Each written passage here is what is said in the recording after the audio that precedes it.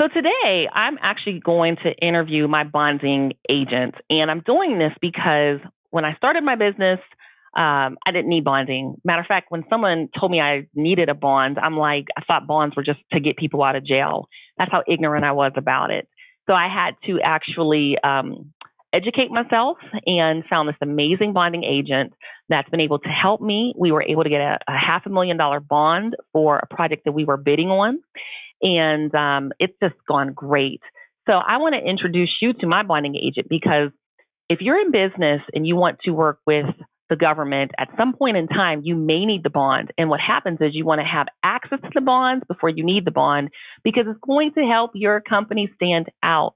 So I'm going to introduce you to Sean Kirwan, who is a principal with Commercial Insurance Associates, LLC, a 20-year-old agency based in Nashville, Tennessee. And he's part of the Mid-Atlantic team of CIA. Sean has over 15 years of experience in the surety industry, both as an underwriter and agent. He has provided bonds for a number of different industries, but is primarily focused on representing companies in the construction and government contracting sectors. So, Sean, thank you for having this conversation with me today. Hey, Montina, thanks so much for having me. Pleasure to be here. So, Sean, we met, it's been a while. It's been about over a year or so at the time of this call. And I didn't know anything about bonds at all. I run a service-based marketing agency. We do training and development, consulting. We help businesses rethink business for the digital age. And we had this airport contract that had a bond attached to it.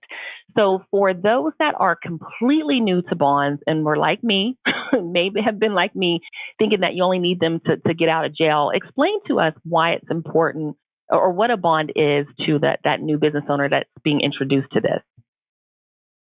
Sure. Yeah. And you're, like so many where the bonding industry is a very small industry that not many people know about. But, when it comes to construction, it comes to any public job that the government puts out, whether that be at the federal or state level or local municipality, all construction projects over 150,000 are requires bonding. And what that does is, since construction is one of the more riskier industries, second to only restaurants and businesses that fail, within 5 years, the bonding helps you. Not only does it help pre-qualify the person performing the job, but it also guarantees the actual contract that you're bidding on. So, for example, if I'm going after a project for a public agency, I have to post a bond upon award, and that basically guarantees that I will complete the job to all the specs and to all the conditions and meet all the requirements outlined in the contract. And if not, then I have someone that's behind me backing that project and can step in to guarantee that project. And why that's so important is that it's the credit tool that basically protects the taxpayers' money. So unlike insurance, where the surety bonds are provided by insurance companies, but there's a distinct difference between both those products. One, insurance, it expects there to be a loss, but surety bonds are written and provided for zero loss. So the surety is not expecting that person to have a loss, and hence why they're bonding that contract. So it's more of a credit tool, surety bonds, and help guarantee contracts for any public job. But the underwriting that goes into it, and what most people don't know, is that it helps you from a pre-qualification standpoint. So in order to qualify for bonds, you have surety underwriters and companies will look at three different areas. Look at called the 3 C's: capacity, character, and capital. Capital, looking at your financial situation. Sometimes in certain situations you can qualify for bonds just based off your personal credit. Or the underwriters will look at your company financials or your personal financials to see if how you treat your finances personally is likely how you'll treat your company finances if you just get up and running. So that's one C. The second C is capacity. So have you had experience in this particular job that you're going after? Do you have a track record in successfully executing these type of contracts? And do you work with this particular owner on a regular basis? And 3 is the character portion. So surety underwriters and companies will look at the character piece, meaning they want to meet with their clients. They want to kind of take a look at, do you have any criminal records? Do you have any tax liens? Do you have any issues personally that may be a red flag to them from an underwriting standpoint? So that's what they're looking at, and all that does is it helps you pre-qualify for these bonds that you can market, that you can put on your capability statement. You can put on the side of your truck, say bonded and insured. So it helps you from not only just to qualify for these projects, but it gives you and companies a tool they can market and promote for their company. That's a great summary. And for those of you that are listening, it's important. We actually have it on our website that we're fully bonded up to $500K and insured up to $2 million. And we use it all the time. It's in our capability statement, like Sean said. And again, they have the 3 C's: capacity, character, and capital. So Sean, when we're talking about, and in addition to that, it can help you pre-qualify. So as you're going into opportunities, they're going to ask for this bond because it's going to guarantee the contract for public jobs. So working in the government sector, this is something that you need to have. Sean, talking about credit. So I'm going to tell you, I work with a lot of certified minority and women-owned entrepreneurs, many of them just starting out with their businesses, or some 20 plus years in their business. And credit can be something that is a challenge.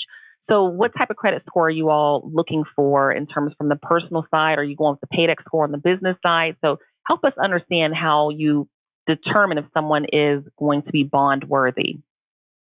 Sure. From the capital standpoint, when we're talking about emerging business that's just starting out, maybe the credit is in a little bit of a tight situation, if you will, and it's a little bit leveraged. As long as the personal credit does not have, say, a bankruptcy within the last 5 to 10 years, or it has a significant tax liens or a history of tax liens, those are indicators where it would be very tough to help qualify for bonds on a larger scale. Now, there are surety markets that will look at harder, difficult credit situations. So there are markets out there, but overall, the jumping off point is usually 650 personal credit score, and that will help you qualify for that $500,000 to $750,000 of per bond that you need. That's typically a jumping off point. There are other markets that look at a couple other different factors, but they also want to take into consideration your personal finances. How are you? Do you have cash in the bank? Are you have a lot of debt or credit card bills that maybe are associated with something else, or that you're just treating your personal finances like you will treat your company finances going forward. So there's a couple factors that they look at. One of the ways to get around the qualifying for bonds on your own and under your company, especially in the federal arena,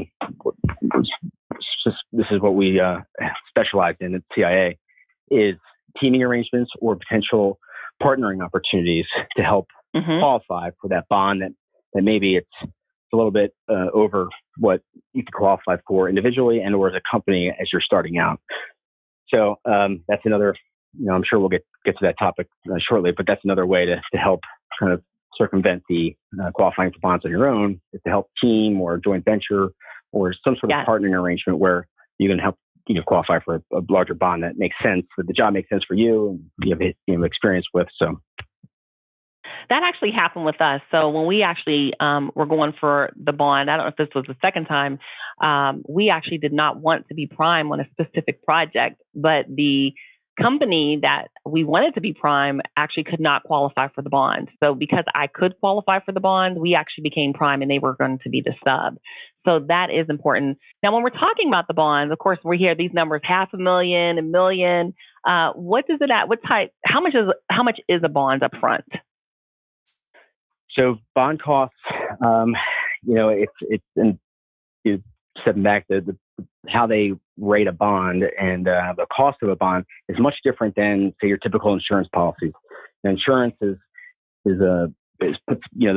premiums are calculated over historical data by actuaries that look at a number of different things and come up with a number that drives your premium. On the bond side, these rates are usually filed by the individual state. So, each state has somewhat of their own different bond rates. Texas and California have a little bit more kooky rates than other states, but they're all based on, one, with the state, and then two, your class code. So what type of business that you're doing. They're going to rate a paving contract a little bit different than they're going to rate a demolition contract, just say. So it depends on the class code, and it also depends. The rates are usually 0.5% to all the way up to 3%. Typical average cost of a bond. So as a emerging type business and someone who's just opening up their own shop, usually the bond costs are in that 2 to 3% range, depending on other financial factors. But the typical range is 0.5 to 3%. And it's all based on class code and the individual states that you're working in. I want to provide a little bit of clarity here. So when he's talking about the cost of the bond, and Sean, correct me if I'm wrong, but you do not pay for the bond. Like we have a $500,000 bond on our company, but we've never paid anything for that bond. You pay for the bond once you actually get that contract. If we have that contract, then you pay a percentage of the bond. So for instance, keeping it easy, when we receive a contract and we have the $500,000 bond, that then again, it gets attached to that contract that you have to turn in with that. Actually you turn them in with the RFP and then they hold it. Your entity is going to hold it. That's when you'll pay that 0.5% to whatever 4%, let's just say. Sure. So that means, let's make it easy at 2%. If I have a $500,000 bond, I'll pay $10,000 over to Mr. Kirwan's company. So Sean's company is going to get that $10,000. You do not get that $10,000 back, meaning the DBE will not get that back. Correct, Sean? Correct. So let's even break it down even further. So if you're bidding on a potential project and it's going to be awarded to the lowest bid, the lowest responsible bid, you will have to provide what's called a bid bond. And a bid bond does not cost anything. So if you're bidding on a project and you get pre-qualified by a surety company, they'll provide you that bid bond for free. And that bid bond guarantees that if you are a low bidder and awarded the contract, then you will faithfully enter into the contract and provide the necessary performance and payment bonds. Performance and payment bonds are needed once you're awarded that contract. So once you get the contract, you get a letter or an email from the owner saying, "Congratulations, Montana, you are successful and awarded this contract." And it also says, further down that letter, it says you have 10 days, typically, to provide performance and payment bonds, and then you can start that contract. So once that happens, once those final performance payment bonds are referenced as final bonds, once those final bonds are submitted to the owner, after we'll get that request, we prepare them for you, seal them, put a power of attorney on them, provide them back to you so you can submit to the owner in original form, and which has been interesting the last couple of months that the industry is trying to have more owners accept digital bonds, but that's another topic for another day. You'll have to provide that to the owner. The owner checks the bonds and gives you the okay. Now, that's when you'll get a bill from myself or the bonding agent saying that here's what's due on the bond. And usually you have within 30 days to pay that bill. And why that is that, most times you will have that bond cost in your pricing of that project. You would know ahead of time that it was going to require bonding, and hopefully you would start that process. Or if you don't need bonds just yet on projects, maybe you get that in place just so you have that from a pricing standpoint so you can put that into your bid. But you'll have that idea, and you have 30 days to pay that bill, because you can submit that as a pay rec within your first invoice to the owner. Bonds are usually a reimbursable pass-through cost to the owner, especially in the federal arena. Yes. But if you don't include in your bid, and you have to provide performance payment bonds, then that would have to come out of your pocket. Yeah.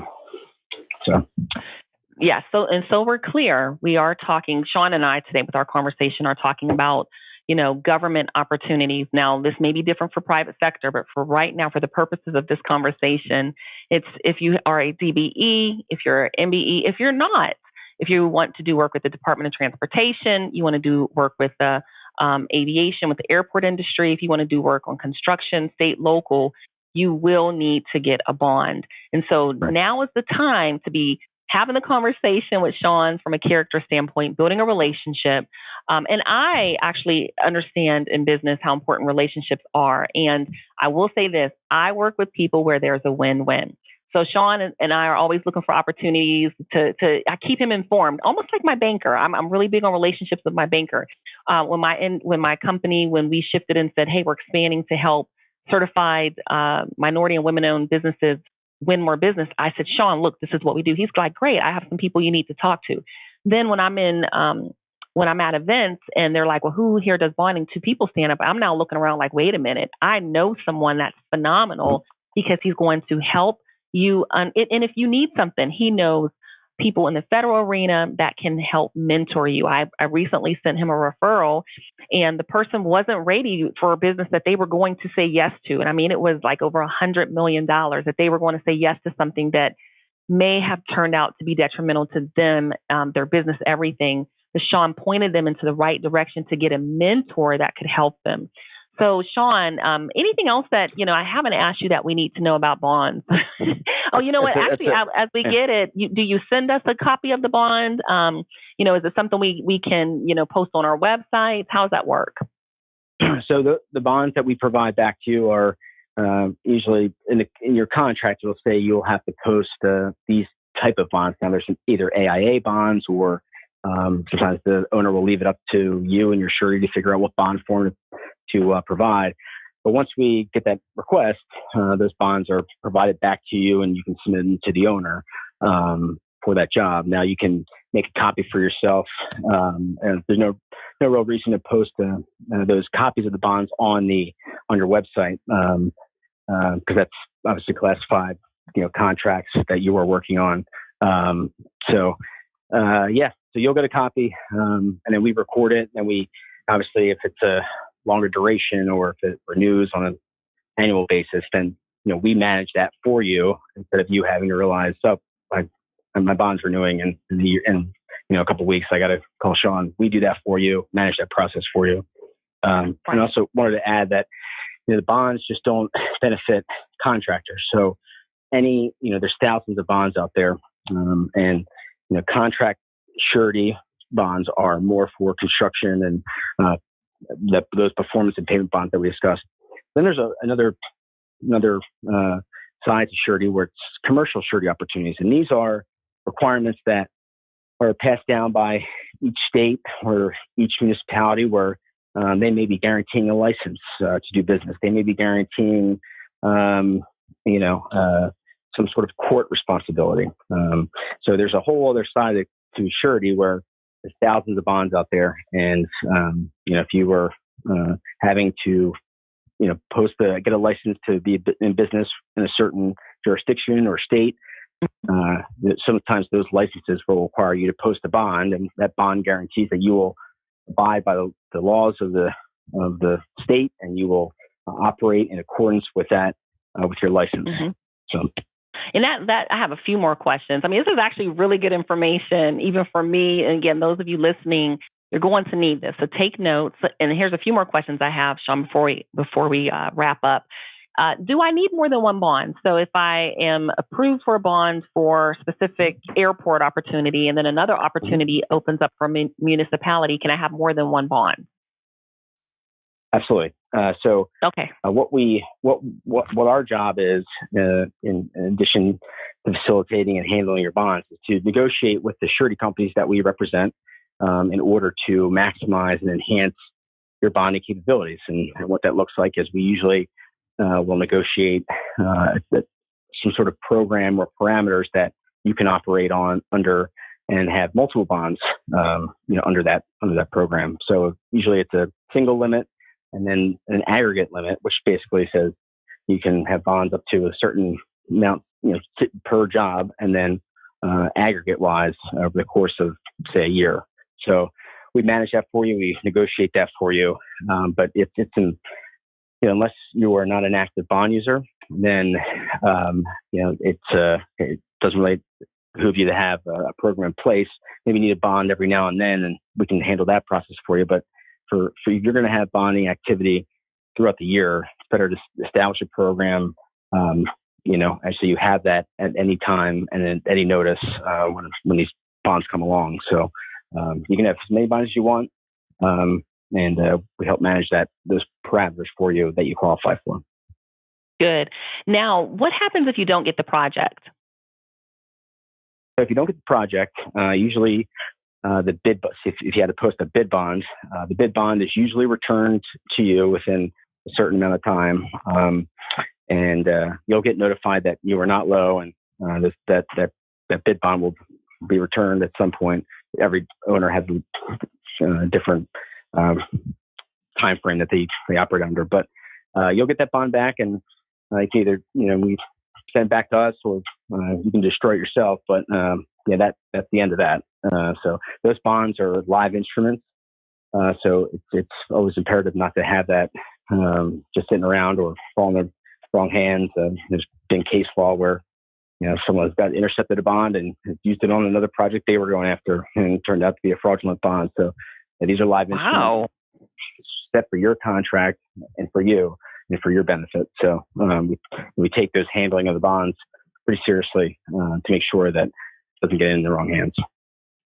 That's really important to know, you all. Make sure that you destroy the bond once you get it back into your hands. And that's good. So Sean, what happens if so we're having this conversation and people are like, I want to work with Sean because I want him to know me, my business, see if I can get some referrals. Can I switch bonding companies? If they already have a bond with another company, can they switch to your company and work with you? Sure. Usually what that process looks like is, if you don't have any bonding relationships in place, we obviously be happy to talk to you and help you through that process. But if you are with someone, and maybe it's your insurance agent, and maybe they don't specialize in providing bonding. We've seen situations before where insurance agents are different than bonding agents. There's some hybrid folks out there, but typically, if your insurance agent is providing your bonds and doesn't have a specialty in that one area, that can be detrimental to you, and maybe you're not getting the best access to surety markets, or you're not getting the best advice to enhance your bonding program. Nothing against your current insurance agent if he's doing that currently, but it maybe makes sense to find a bond professional that knows the industry, knows the surety markets, knows how to enhance your bonds and how to qualify for bonds going forward. And you touched on this earlier. The important thing is that we're not just bonds and bond agents are just not providing a commodity here. And our approach is a little bit different. We want to be a little more hands-on. We want to help be a true partner and resource for you, not just when it comes to bonds, but like you said earlier, knowing a good consultant, knowing a good CPA, knowing a good banker, knowing a good lawyer. We're not going to, put a emerging business with a CPA who's been around for 100 years and cost an arm and a leg to get a reviewed statement. That doesn't make sense. But we're going to put you and surround you with good partners that you can benefit from and that will help enhance your business going forward. And that's what your bond agent really should be doing, is more of a hands-on advisor. We have the unique perspective of seeing number of different contractors, number of different size contractors, all different industries, who's doing what, where the losses are happening, how companies can fail, whether it be grown too fast or they get outside their core capabilities.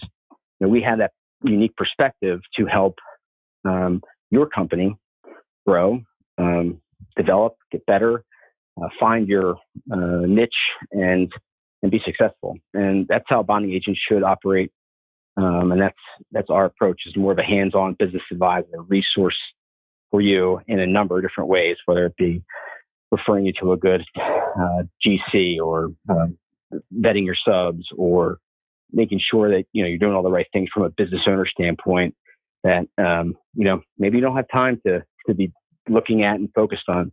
Too many times business owners have so much going on, right? But where they're really needed is focus on their core competency in their business, and they don't have to. They can't be consumed with worrying about interviewing 3 bankers or getting to know a new CPA. It's because they just don't have time for that. So we try to come in and provide that context of here's who you should be talking to, here's who they represent themselves, and here's why it's a good fit. And so that the whole holistic approach of being a true business advisor is what we offer and what we strive to do. Now, sometimes business owners may not want all that, but that's fine. But that's our approach from day one, and it's kind of our commitment to each of our clients. Well, if you're not sold on Sean Kirwan after this, then I just don't know what else to tell you. I am not being compensated in any way, shape, or form. My bond comes based on my credit score, and he said my capital, my character. And it's just that I like recommending people and resources that really will help you win. When I was certified back in 2013, I was confused, I was frustrated, I was just not informed. And when we finally cracked the code and figured it out by 2018, I was really just looking around like, okay, what do I do now? I don't want you to be in that situation. I want you to have the tools, resources, and people on your team that can help you win. So, Sean, where can those listening in get in contact with you? Yes. So our website is www.com-ins.com. My name is Sean Kirwan, SeanKirwan. You can look me up on LinkedIn, or please just ask Montina for my contact info, and be happy to put you in touch with me. Be happy to talk with anyone who's either starting out or maybe needs a second opinion. To get bonding established, it does not cost anything. I'm not on an hourly rate, so you can call me whenever. I work with a number of different entities and industries, mostly focused on the construction and government contracting arenas. So working with small emerging companies all the way up to large defense contractors, you name it, and all in between. So please feel free to reach out, and would love to be a resource for you. There you have it. So again, you can reach out to him. He's really active on LinkedIn. And if you're listening to me, you know that you need to be on LinkedIn, Sean Kirwan. And if you're connected to me, just send me a quick message and I'll be happy to make an introduction. And again, the website is COM, and then it's a dash INS. So like com insurance, but comins.com. Sean, thanks so much for providing such great information today, man. I appreciate you. Thank you so much. Appreciate it.